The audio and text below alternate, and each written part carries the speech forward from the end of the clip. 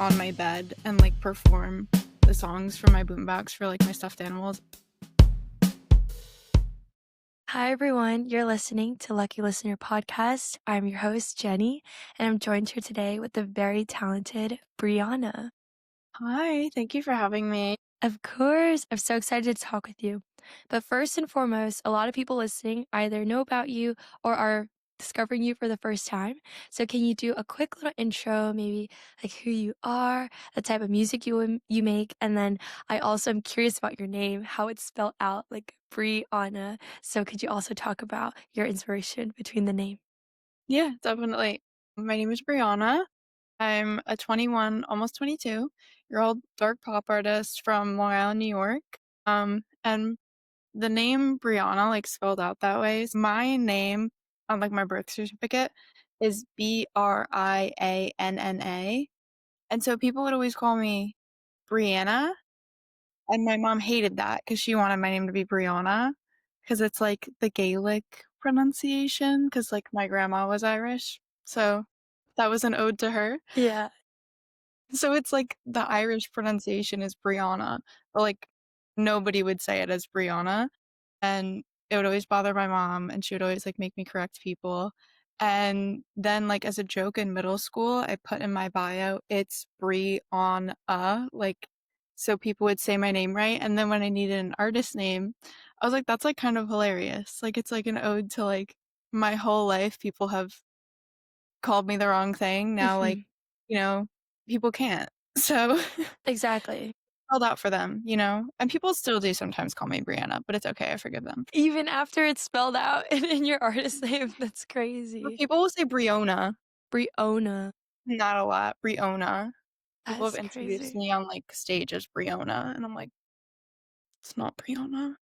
Do you have the heart to tell them, like, it's actually Brianna once you get on stage, or are you just like, "Okay, I'll just start performing?" In the beginning, like I would accept my fate, like I would just be like, okay. But like now, like I feel like I have like a confidence to like poke at it and like laugh about it. So like I'll get up there and be like, actually, Mhm. it's Brianna. But no, it's funny that it still happens sometimes. Yeah. I love it. It's awesome. I wanted to know, since you said, like, it was something that was in your bio, right? When did you actually decide, I guess also what age were you when you decided that you wanted to make music, sort of be an artist, like release music, perform? Yeah, I mean, my whole life, I was really gravitated towards it. And I always say it's kind of weird because I didn't have anyone in my family that was like really super musically inclined. Like if like I had like a cousin or two that like would like play bass in like bands in high school, but I didn't have anyone that was like serious about like songwriting and like being like a pop star. Like that wasn't really a thing. My parents don't sing or play any instruments or anything, but it was always something that I was just drawn to.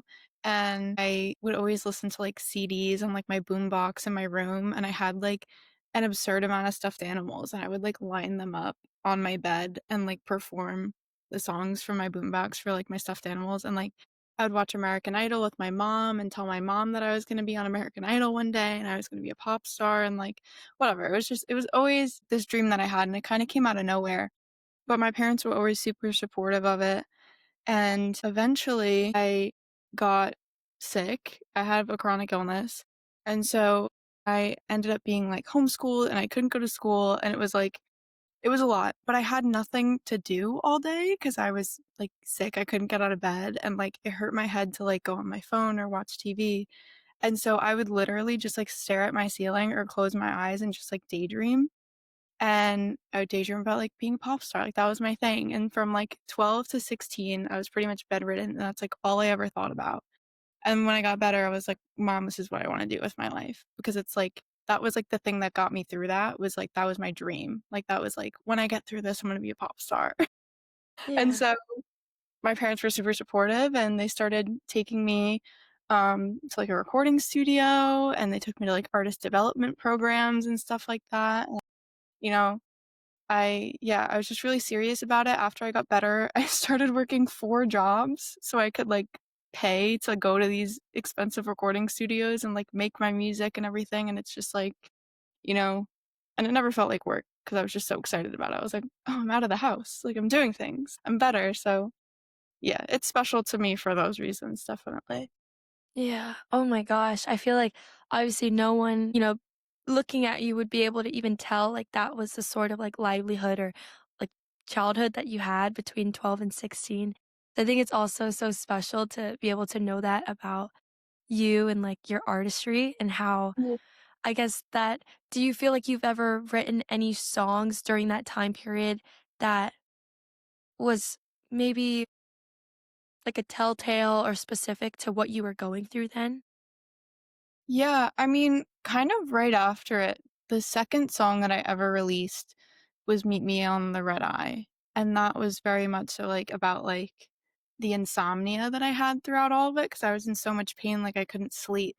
I would be scared to go to sleep because, like, there was a certain point where I didn't know what I had. Luckily, I had was nothing, like, really life-threatening, it was just, like, chronic pain, but when I didn't know what was wrong with me and I was, like, 12, 13, I was like, "I'm scared to go to sleep, like, I don't know what's wrong with me, I'm in so much pain," and so I had really bad insomnia during that time, and I had, like, a lot of FOMO of, like, not being able to leave my house, and so, like, knowing that once you listen to Meet Me on the Red Eye, like, you'll, like, kind of put that together with the lyrics, but, yeah, I would say that one definitely reflects a lot of, like, what I was going through at that time, but it was hard for me to actually, like, write when I was in that state because I couldn't, Mhm. like it's so hard to explain, like, it was like I couldn't, like, think enough, like, I couldn't really do much of my schoolwork or, like, anything, like, I couldn't, like, really, like, think, like, poetically.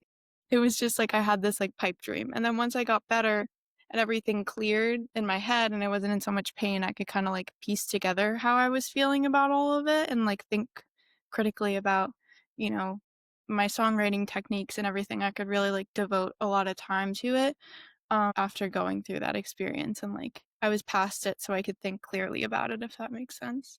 Yeah, that does make sense, like, you're able to process and take everything in.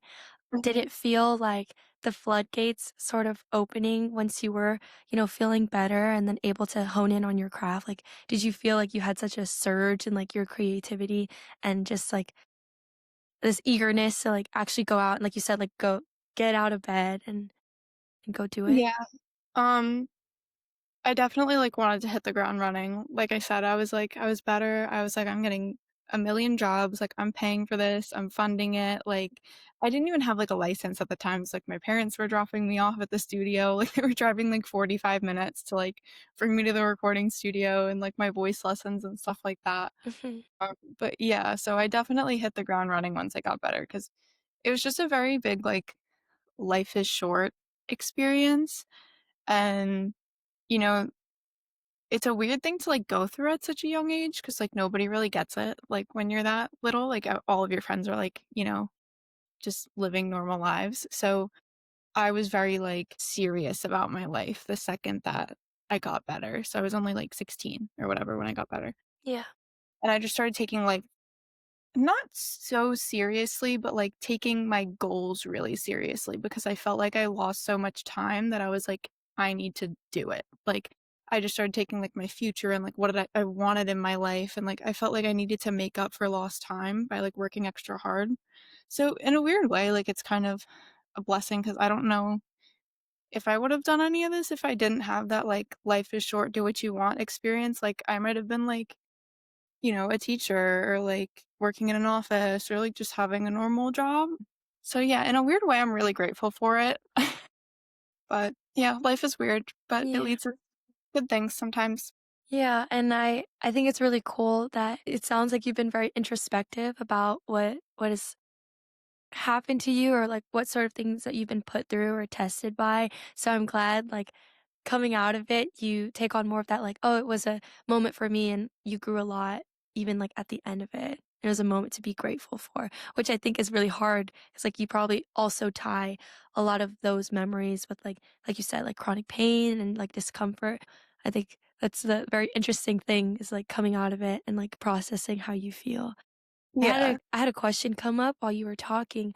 I wanted to know, like, what has kept you from not feeling burnt out from, I guess, like, all of the things that you were pursuing right after you, like, turned 16 and you're like, "I'm gonna be serious. Imma do XYZ. Imma pick up all these jobs." And you mentioned, like, it was all fun, but I wanted you to kinda, go more in depth with that if you can? Like, what has kept you from being burnt out with the creative process, and have you ever felt burnt out? Yeah, I've definitely experienced burnout 100%. There was a point where, like, I didn't take a break from music 'cause I was still doing it, but I kinda, like, pivoted from, like, recording to, like, really focusing on, like, practicing with a band and, like, stuff like that. So I feel like that's kind of good to, like, still do stuff that's productive in music, but pivoting it to, like, a different part of music. So if I'm feeling really burnt out with, like, writing and recording and stuff like that, I'll be like, "Oh, maybe I wanna, like, take a break and just focus on, like, booking a ton of live shows right now."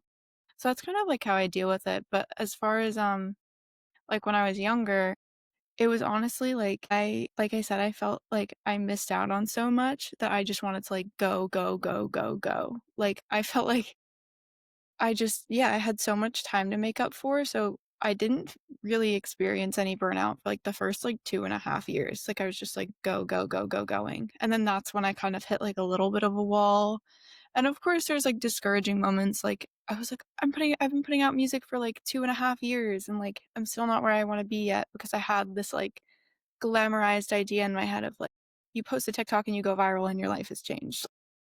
You know, like, I'm gonna get discovered as a pop star, my whole life is gonna be different, and so I think at, like, 18, when, like, that hadn't happened, I was like, "When?" And I got, like, a little discouraged, but then, Mhm. like, you take a break and you come back to it, and I think that it's important to remember that, like, this is a passion of mine before it is, like, work. It's something that I love to do, and if it starts to become not fun, then I need to, like, take a step back and, like, go out and touch grass and then, like, come back to it and just, like, reset a little bit because it shouldn't feel like work because it's what I love to do, and the second that it feels like that, I know I need to, like, take a minute for myself. Yeah, I think that's a really important thing to remember, and I think, yeah, with a lot of people who are, creative and I think multifaceted, like there are a lot of ways that you can sort of like put out a lot of things that take up a lot of energy. So it's refreshing to hear like, oh yes, like it's normal to have feelings of burnout, but also refreshing like remembering that this is your passion and this is kind of like quote unquote what it takes to get to the point that you want to. Like you're making your way to your goal. So that's really Yeah. cool. Yeah, and, like, I'm so lucky that my form of burnout is, like, "Ugh, I'm so burnt out from writing songs." Like, it's like, "That's my burnout," like, "You'll be okay, babe." Like, it's one of those things too where I'm like, I'm so lucky that that's, like, a thing that can be, like, my biggest burnout problem, you Yeah. know? That's a So, really good perspective to yeah. have. Is writing songs your favorite part of like the creative process of being an artist? Yeah, I would say so. Ugh, it's so hard. I love everything about it, but, I feel like being in the studio is my favorite part. I like writing by myself at home and stuff like that, but, like, I feel like there's only certain stuff that I really like to write by myself, but I find it so fun to, like, watch it come to life. Like, if I'm in the studio with my producer and I'm like, "This is the kinda, like, energy that I'm going for," and, like, maybe I haven't written the song yet, but I'm like, "This is, like, the vibe that I'm feeling," and I've been, like, feeling really inspired by, like, this kinda sound and this kinda sound, and I want this kinda drum beat and whatever, and, like, bringing it from, like, the ground up for the production, is probably my favorite part because you just, like, watch a song come to life, and I feel like that's so it's so, like, inspiring, it just gets me so excited to hear it, like, as we add, like, layer after layer, like, it just keeps getting better and better and better, and it's like a little dopamine hit, like, every time we add something new. So I think that's my favorite part, but I also love performing live. I would say that's a really close second, like, one of my biggest goals, maybe even my biggest goal right now is to open for someone on tour, like, that would just be Wow. that's, like, my biggest dream right now, and I'm really Who? trying to make it happen. Do you have an artist in mind that you'd be like, "Oh, I'd love to join them on tour?" There's so many, like, we'd be here for, like, 2 hours, like, I love the whole dark pop scene, like, I really love Isabel La Rosa, I love Ari Abdul, she just announced a tour, actually. Whoa. Yeah, I've been loving Hayden Henderson's really good, I love oh my god, there's so many. I love Nessa Barrett, I think she's great. Is I think she she's dark pop? yeah, I would say Okay. she's, like, I kinda didn't like know goth, it. Yeah. like a little bit of, like, a rocky vibe Mhm. lately too, and I think that's super cool. But yeah, I love her. There's so many people. I love, like, my classic just, like, pop girls too, like, Tate McRae is, like, taking over the world. I love Well, Tate. Olivia Rodrigo, Sabrina Carpenter, like, all those pop girls. I love the Marias, great. Like, I just, like I could sit here forever and name, like, all the artists that I would love to open for on tour because there's so many talented people in the world, and, like, I'd be so lucky to open for any of them, is truly just how I feel. Yeah, that'd be so exciting, and I'm no fortune teller, but I see it in your future, and if you ever come to Houston, I will be there. Oh my It'll god, be and you're such a just moment. listening. Yeah, you gotta come to Houston. But I wanted to know with your songwriting, do you have any, like 'cause I think your lyrics that you come up with are beautiful. Like, I actually really like your lyricism. So I was Thank wondering, you. like, are there any people you can, like, shout out and say, like, "Oh, well, I really like to emulate, like, this person's style," or do you feel like you've really developed your own style of, like, writing? I feel like lyrically, I definitely feel like that's super personal to me, and, like, it just, like I don't know, it happens somewhere in here that just, like that part just kinda flows out of me. Lyrically, I don't really take, like, a ton of inspiration from other people, but sonically, I definitely do. Like, I'll be listening to like a certain vibe of music at the time and be like, "Oh, like, I'm loving this, like, I'm loving these synths." Like, lately, I've been super into, like, weird synths and, like, I've been kind of like oh my god, I'm stuttering. I'm working on an album right now.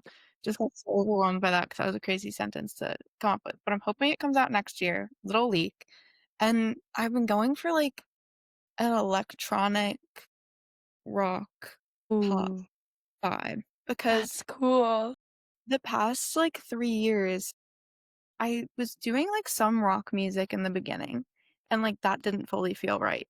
And then I was doing a lot of, like, synthy, like, spooky pop stuff, and that felt, like, a lot more right, but it still felt like it was missing something. Because I went through, like, a crazy, like as, like, most teenagers do, like, pop punk phase, and I always had, like, that part of me, but I'm not, like, a pop punk artist.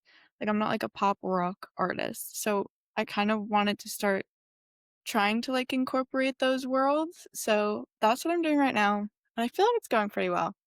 So, I would say, yeah, I kinda take inspiration from a lot of things. I grew up on a lot of classic rock music, so I think that that also kind of influences me, but I also loved, like, the, like, 2010s, like, pop era. Like, that was, like, a huge thing for me was, like, Kesha.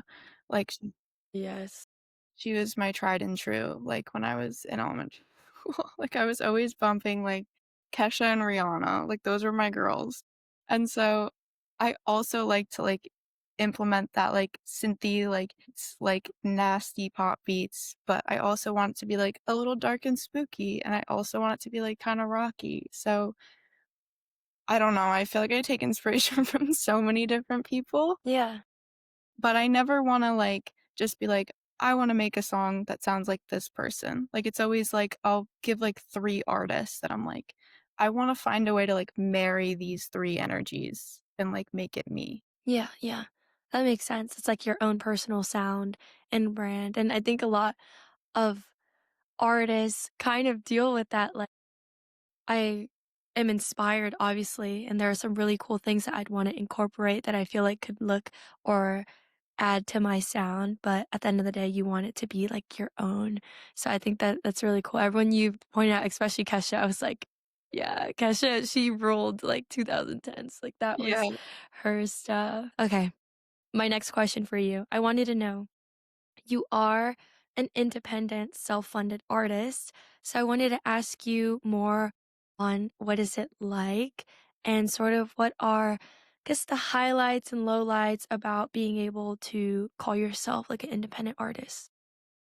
Yeah, I mean, there's so many positives, and there's also, like, some negatives. I get to make whatever I want. I don't have to, like, get it approved by anyone. It's just, like, I get to fully be me, and if I like a song, I can put it out, which is really nice to have that kinda control. Financially, that's the biggest burden. So, I still do work, but I love my job. I work at a kids music school, and so I teach guitar, I teach a little bit of drums, I teach piano, and I teach voice. And so luckily, even though I have to work, it's still music centered.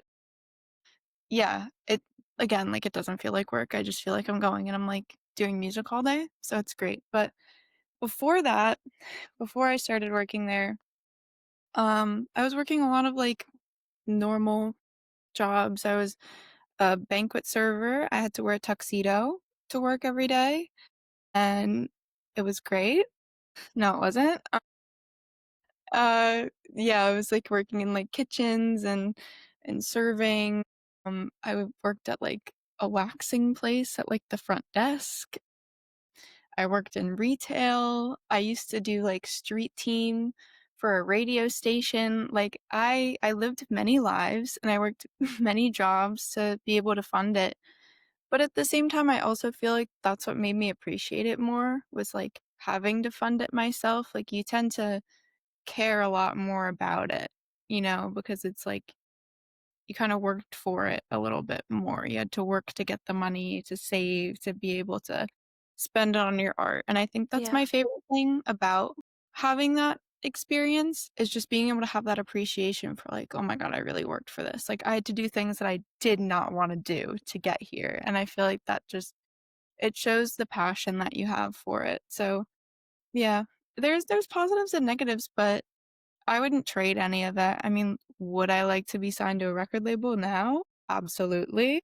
But I'm really grateful for the experience of being an independent artist. I think that's like a really crucial thing. I think every artist should go through that. Yeah.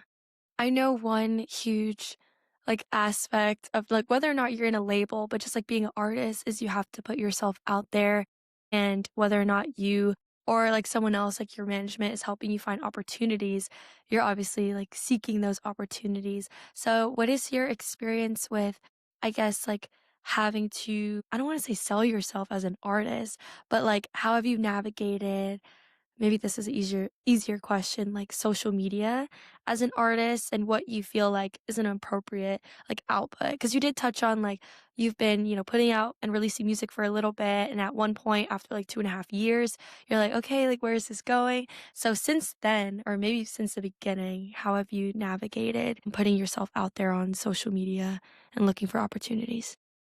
Yeah, I mean, in the beginning, I was starting at square one, so it really took me a lot of time to, like, figure it out, and I feel like only within the past, like, year or so, I've really figured out, like, the whole, like, social media grind of, like, posting multiple times a day and, like, being really good at coming up with ideas and, like, what works, what doesn't, and so now I'm posting on TikTok, like, 3 to 6 times a day, like, it's, like, insane. But yeah, I have a really awesome manager. Her name is Casey. She's in Philly. Or not Philly, she's in Pittsburgh, I lied. But so Brianna, she sorry, there's, like, 2 voices. I don't know if your mic is picking. Can you say I something? think a plane going over my house. Okay. Sorry, it was like you were talking, and then, like, your voice had a delay or, like, had an echo, so then it was, like, 2 voices coming at me, and I was like, "Something's not right." Okay, Okay. sorry, could you start at the beginning of the Yes. sentence? Okay, thank you so much. So I definitely feel like I only started really getting good with navigating the whole social media thing within the past, like, year or 2, and I feel like it's something that kinda takes a village. Like, I have a lot of really awesome, talented friends, especially my friend Ernesto, who is a really good videographer, and he's been helping me with a lot of content recently. And, like, branding and stuff like that. Like, I feel like I know what I want my brand to be, and I know what I want my image to be, but sometimes you need people to help you get those, like, visuals and everything like that. So my friend Ernesto has been awesome with that. We met through friends, and he's just great. And then, my friend Ryan's a really great photographer. He's been helping me recently with stuff. Shane, he's my live photographer. He's incredible. Like, just having a lot of good visionaries and really talented people around you helps you bring your vision to life, and so that's helped me get a lot of really good content. We just made a really good music video in a boxing ring. for my song Fight or Flight, which I haven't announced the release date yet, but it's coming out soon. Wait, when is this episode coming out? We'll talk about it, Okay. like, after, but I'm I gonna wanna leak it. It say comes yeah, out July 3rd. okay. So, yeah, it might be out now, it might not be. Yeah, so making a lot of promotional content for that recently, and then I have a really awesome manager. Her name is Casey, and she does a lot of really good, like, scouting for me with, like, different podcasts like this, different, like, magazines, and then I do a lot of booking myself since I'm in New York, I play a lot in New York, so I do a lot of booking for myself, and it's definitely hard to get people to, like, be gravitated to you when you still have a small following, so you really have to vouch for yourself. So there's struggles with it, but I feel like I'm getting in my groove with the whole branding thing, especially recently. I feel like I really, really know like my identity as an artist, and so it's made it a lot easier to portray it. Yeah. I love that so much, and I love that you have a really good team around you. I'm Mhm. curious about, like, your environment. So you're from Long Island, New York.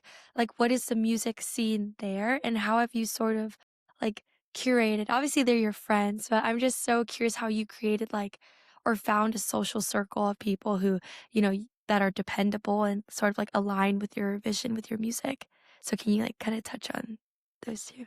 Yeah, so as far as my friends who do a lot of like photo video, I actually I went to community college for a little bit and I was taking like radio and film classes and stuff. So we all kind of met actually after that because like my year didn't line up with them. They were before me, but I had a friend in my year that knew them. So I didn't even start working with them until, like, a few years after I dropped out.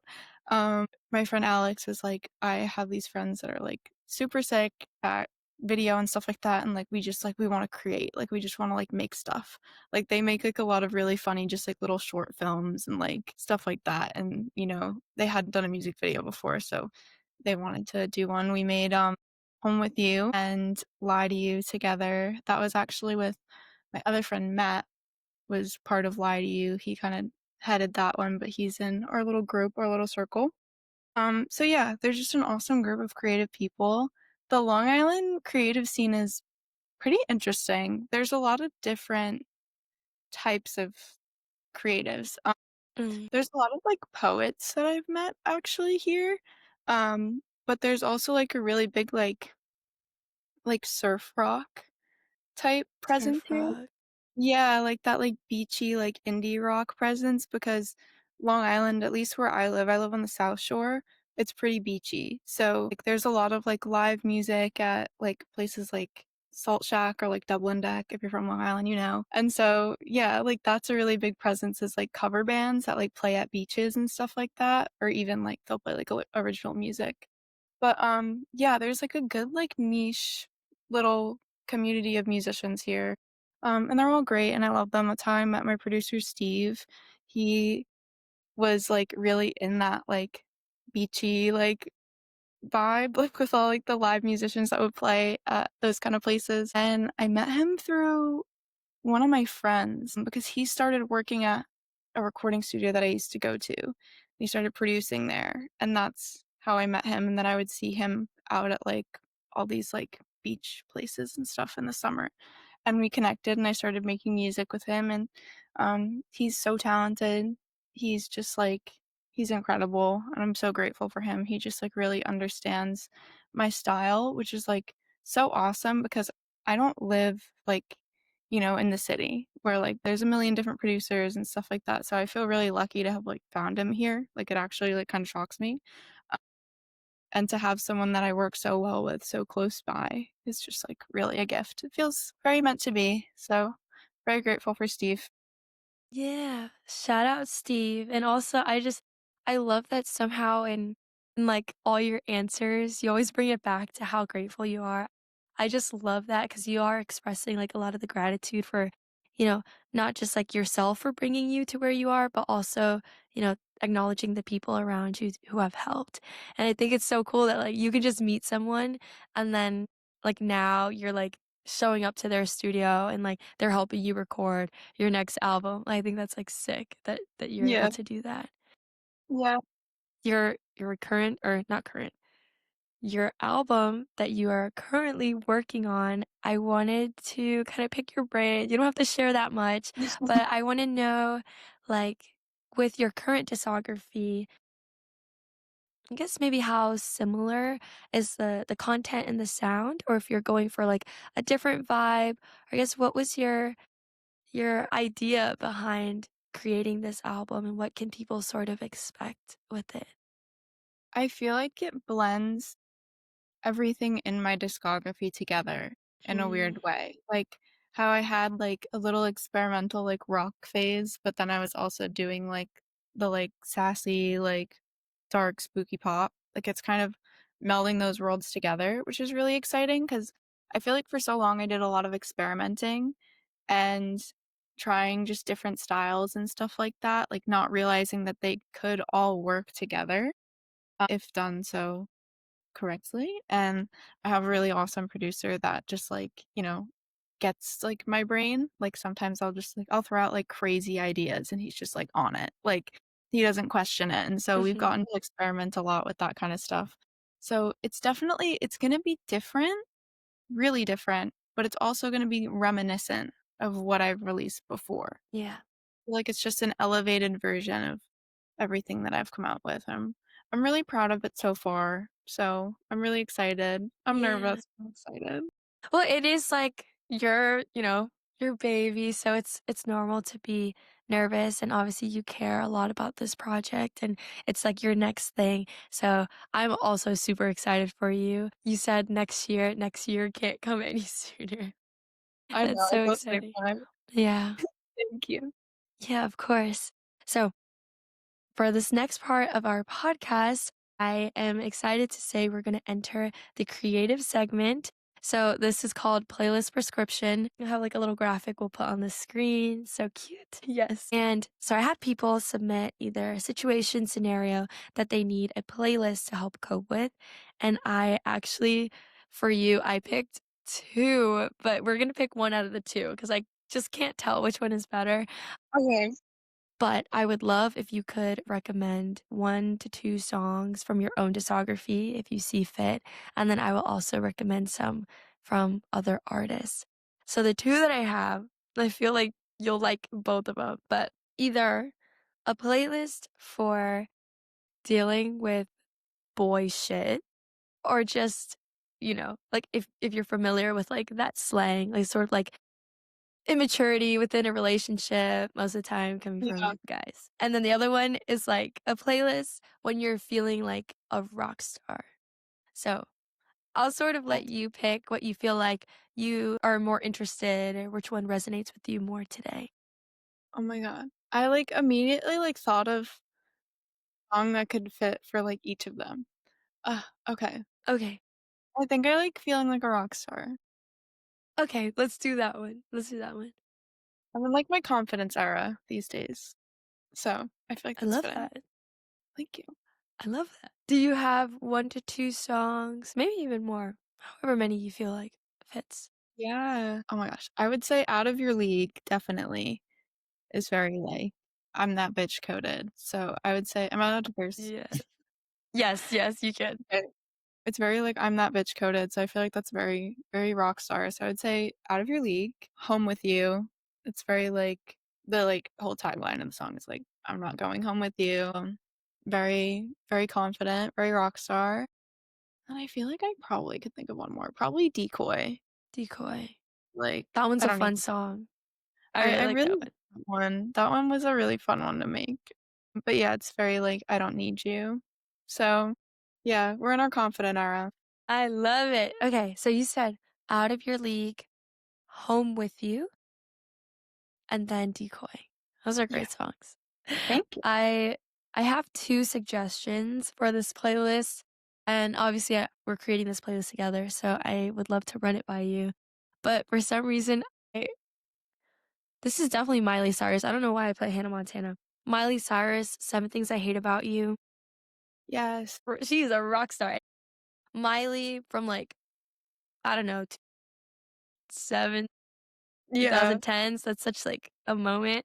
And then I also love I think you can tell, I love Bia Badoobie.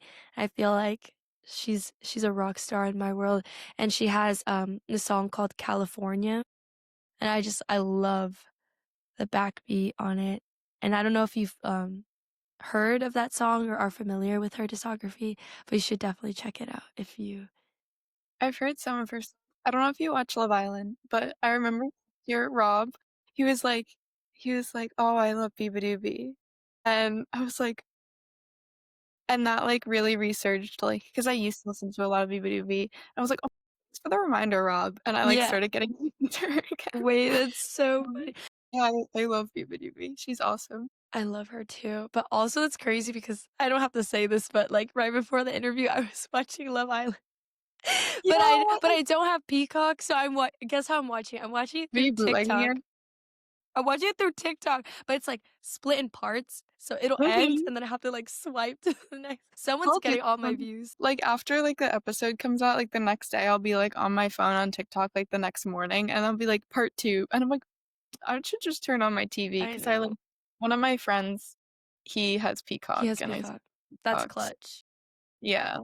But yeah, love Island, love Bia Badoobie, and then I think Rob actually, like, got in a call with Bia Badoobie, like, I saw on YouTube that they, like, actually met, and he was being so, like, shy with her, and everyone was, like, geeking for them.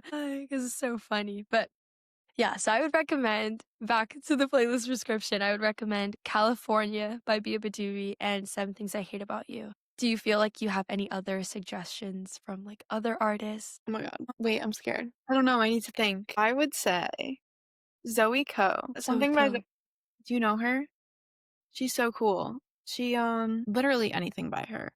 I would say Dirt is very, like, rockstar coded. I'm gonna say Dirt by Zoe Ko, and then anyone else? What's a Nessa one? What's a Nessa one? I really like Heartbeat by her because it kinda Let me gives me, see. like it's like grunge Lana, and it's really cool, and I feel like it's just, like, very, like, dramatic rockstar girl, and I love it. So Ooh. I would say those 2. Is that from her recent album? Yes. Okay, because I feel like she's taken on that more, like, Yeah, like grunge, punk, pop yeah, sound in her recent album, more so than the prior, like, projects. yeah, love her. Also, Baby Doll by her is, like, one of my favorites, so I feel like that would also be good. They're gonna have a really long playlist I know. prescription. Girl, open up Spotify. 2 hours, 2 hours. No, this is perfect. Well, I love all the songs you recommended, so anyone out there listening can find that on our Spotify once this episode is released, so be sure to check it out if you are looking for a playlist that will help you feel like a rock star. So, Brianna, I only have a couple more questions for you, but, I wanted to know, is there a small artist that you would like to shout out in this interview? Small emerging artist. Small emerging artists. My 2 openers for my next show, Hope Vista and Maria Kraus. They're gonna be opening for me at the Mercury Lounge. I'm actually announcing it tomorrow, so that's Wait, that's exciting, so but exciting. definitely shouting them out. They're awesome. So yeah, I'm excited. All girl lineup, of course. So super exciting. But yeah, definitely big shout out to them. I'm so excited to play on a lineup with them. I adore them. I've been like online friends with Maria for I'm gonna say like probably almost a year now. Wow. Um, and then Hope and I go to the same producer. So Wait, super that's so exciting. cool. Your little village. Like we I all know, just a come little village. together. Wait, I'm Yeah, so excited for your show. So are you thank announcing the show tomorrow or you're announcing the openers tomorrow? all of it. All So of I'm it. gonna have openers, the show, and the tickets go on sale tomorrow. Big Wow. day. Yeah. Big day, big day. That TikTok page is gonna be popping. I Oh bet my god, it's 10 posts a day. We're at 10 10 now. po I love it, I love it. Okay, well, I'm gonna have to go check out those small artists, and I can't go to your show, unfortunately, but I will check them out. And then another question, do you want or do you have any advice for anyone who is just starting out and planning or thinking about releasing music? I feel like I've been saying, like, my village this whole time, so I would say, like, find your village. There are so many amazing creative people in the world that you can bounce ideas off of and, like, make beautiful things with, and creating by yourself is great. Like, for me personally, like, I really love to, like, write all my songs and all my lyrics by myself, but, like, visually having a team behind me has been really great, and I think that it's good to, like, get to know other artists, like, make artist friends, make connections, like, find your people because especially, like, when you're in a world of people that live a very normal life, like, most of the people I grew up with live, like, very normal, like, classic, just, like, go to work, come home lives, and it's hard to find people to relate to. Being in a career like this can get, like, a little lonely at times when, like, you don't feel completely understood for, like, the dream that you're going for. And so having people around you that get it, that are also pursuing it, like, really does just help you feel more safe and, like, comfortable in what you're doing and believing in your passion. So I think having good people around you is a really, really important part of it, and also just knowing what you want and knowing who you are as an artist and allowing yourself time to figure it out, not being too hard on yourself for not being where you wanna be. It all happens in due timing, and just having trust in yourself and your art that one day it's gonna be where you want it to be. Success is different to everyone, just because you don't have millions and millions of followers doesn't mean that you're not successful for having 10 people that really care about your music, because that's something that's special in itself. So that was a lot of lore that I just dropped, but yeah, that's my I advice. think yeah, that's really good advice. Sorry. Allergy season. I know, I was like, "I can't breathe," but I didn't wanna disrupt you. I was like, that was really great advice, Brianna, and I feel like you said, having a village around you, that's really important. Not being hard on yourself, knowing that, good things take time. And then to your last point, like those 10 people actually matter a bunch. Like the 10 people who are gonna like that cult following. Okay, you got 10 leaders will help guide everyone else towards, your vision and your aspirations. So thank you for sharing that advice. And I want to ask, where can people find you? Can you plug your socials super quick? Yeah, so TikTok and Instagram is what I use the most, but it's Breeon dash. Oh, there's no dash. Wait, I'm redoing that. Sorry. So I mostly use my TikTok and my Instagram. That's where I frequent. So they're both Breeonuh. And then on Spotify, Apple Music, YouTube Music, Pandora, wherever you want to listen, it's Bree dash on dash So Brianna on everything. Yeah, and they can't mispronounce your name because it's I already can't spelled out. mispronounce it. It's not Brianna, it's not Brianna. It's not Briona. Bree-on-uh. Well, thank you for plugging your socials and thank you for answering all the questions I had for you. I had a really fun time conversing with you, just like learning more about like what's coming up for you, your album, this new show you're playing, and I loved learning more about like your lore because like I said, I wouldn't have Yeah. known that and I think you're such like you're very eloquently spoken and you have such like great advice for new emerging artists. So I appreciate you coming on the podcast, Brianna. Thank you for having me. This was so fun. I love chatting with you. Yay, thank you. And to everyone listening, please stream Brianna, stream our playlist that we created together, and come to her show. And if the show's already passed, go to her next show. She's going to be opening for someone really cool, probably at that point. And I'll see you guys next week with another artist. So thank you for again